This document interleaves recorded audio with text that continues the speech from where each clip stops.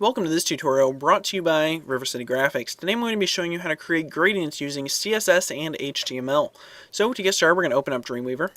Now I already have a couple of files created for you guys. I have an index.html file and a style.css. Now the only line of code that I've added besides just the default stuff that's in here is this line right here in our index.html.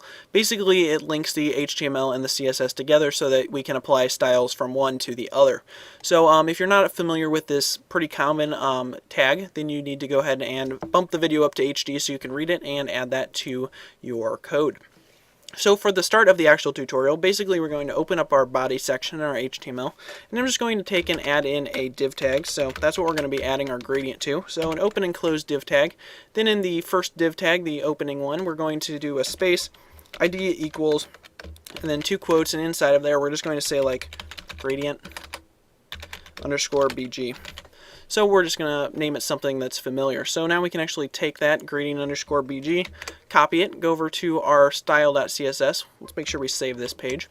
Pop over there, and basically we can just take out this default stuff, put a hashtag, then we're just going to paste what we have, so gradient underscore BG, open curly bracket, hit enter a couple times, close curly bracket, and now we're ready to actually start adding some styles to that div we created. So the first thing we need to do is actually make sure that we can see it. So we're just going to add a height and a width to it. So I'm just going to say width, and then a open or a colon there, and then we're just going to say 1000 pixels just to kind of give it a good width, and then a semicolon. And then if you hit enter, you can, using Dreamweaver, you can actually get code finishing. So I can just hit height, and then I can say 150 pixels will probably be good. Semicolon on the end of that.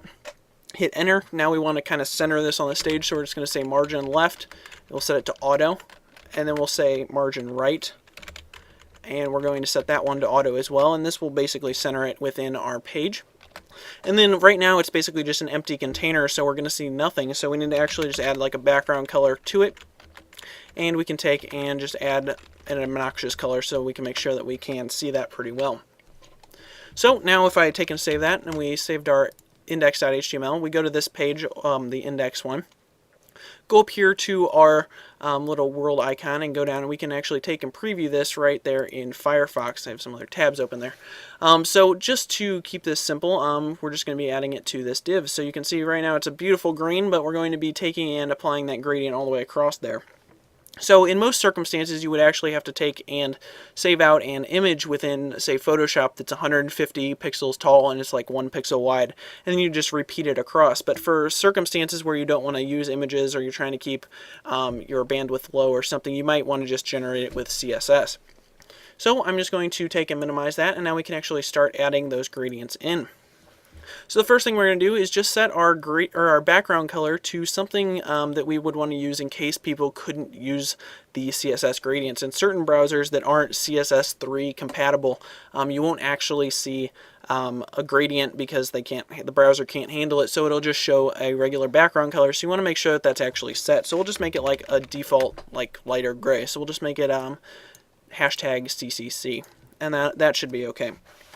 So now for our actual gradient, what we're going to do is first start off with Firefox, because the different browsers do have different code in order to create gradients within them. So we'll have to add 3 different lines in order to handle all of the browsers, at least most of the main ones.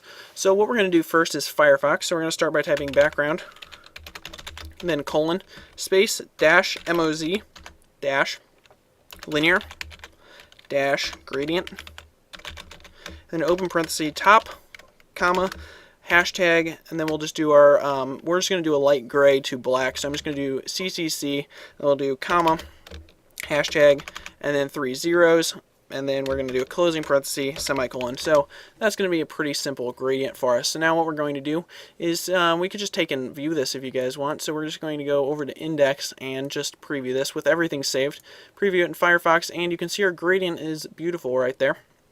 And it opens a new tab every time we preview it, which is a little weird. But so now we can just take and go back and add those in for the other browsers, because currently it's only working in Firefox. So the next one we're going to do is over in our style.css. Just hit enter, and we're going to do it for WebKit browsers. So we're just going to say background, colon, and then space, dash, WebKit, dash, gradient, open parenthesis, and then spelled gradient wrong.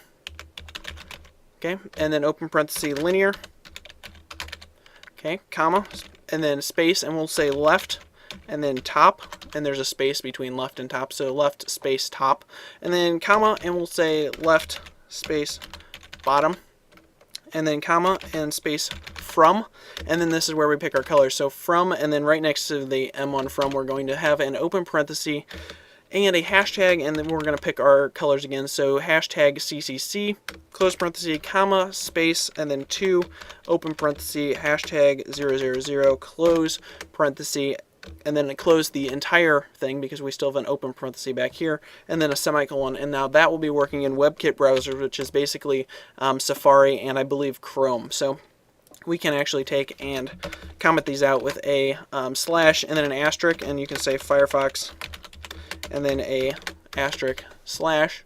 So now you can kind of label these so you know exactly what they're doing. And then this one, we're going to say Safari and Chrome and do the same thing. Alright, and so now the last one is good old Internet Explorer, which has something completely different and as usual. So we're going to say filter and then a colon, and this one's going to be Progid is the best way I can pronounce that. So it's Progid, and then you're going to say colon, capital DX, and then capital I, and your spelling image, so image, and then capital transform. And this is all jammed together into one word, and then dot Microsoft with a capital M, dot gradient, that's lowercase, and then open parenthesis, and we're going to say start, and then color with a capital C, and then STR. So there's a lot of stuff jammed together. If you can't see it perfectly well, make sure you are viewing in HD, as I said before. So now I'm going to say equals, and now we're going to actually get to pick our colors. So I'm going to do single quotes, which are basically apostrophes, and then a hashtag, CCC. This one basically uses all 6 characters. I guess you could probably do a shortened one, but I've seen it used with more, so just give it what it wants. So then we're going to hit a comma, space, and then we're going to say end color, again with a capital C, and then STR equals, a couple of single quotes, and then inside of there we're going to do our black, which is 6 zeros. So then we're going to close out our parenthesis, make sure that's outside of your single quotes, and then we're going to hit a semicolon to finish out that line. So I'm just going to hit save, and then what I'm going to do is go over into the index, click on this little world, and we're going to preview in Firefox. Still working, so we didn't somehow break that. Now we can do preview in Google Chrome. Good. And we can take and preview in Internet Explorer. And for whatever reason, my my script controls, my security settings block that, so you just allow it. It would work if you uploaded it online, and you can see it's working perfectly in there as well. So there you have it, guys. You have basically gradients rendered out without any background images, basically creating them with the repeat function, which is how you would normally do it. So this is completely CSS-based gradients. So I hope you guys create some pretty cool stuff with this. Make sure to subscribe, rate, and comment to my channel. I have a new video coming out every week. And I will see you next time with a new video tutorial. Thanks for watching.